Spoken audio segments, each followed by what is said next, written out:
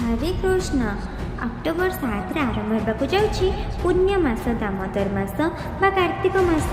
यही मासर अधिष्ठात्री देवी होउछंती श्रीमती राधाराणी। तेबे एही मासरे आमको कौन करने को पड़िबो आसंतु जानिबा। हरे कृष्ण। दामोदर मास बा कार्तिक मासरे आपण को 5टी जिनिस निहाती करने को पड़िबो। नंबर 1 तुलसी पूजा अर्थात सबुदिन आपण को 3 थर तुलसी चौरा परिक्रमा करने को पड़िबो एवं तुलसी माता को जल प्रदान और प्रणाम करने जहाद्वारा आपण को सब ओलटा रेखा सीधा हो जाए।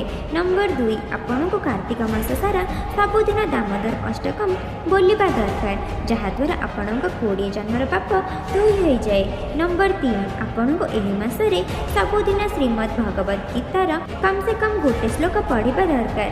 नंबर 4 आपण को सबुदिन भगवान श्री दामोदर को माटी तैयारी दीपरे घी संजो जालिबा दरकार जहाद्वारा आपण सब मंद चिंता दूर हो जाए।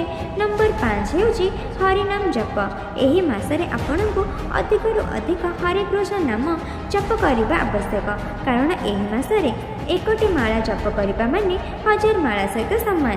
तेबे पुणी एही तारीख मन रखंतु 7 अक्टोबर 4 नवेम्बर कारण एही मास भगवान प्रति भक्ति भाव बढ़िबा मास अटे।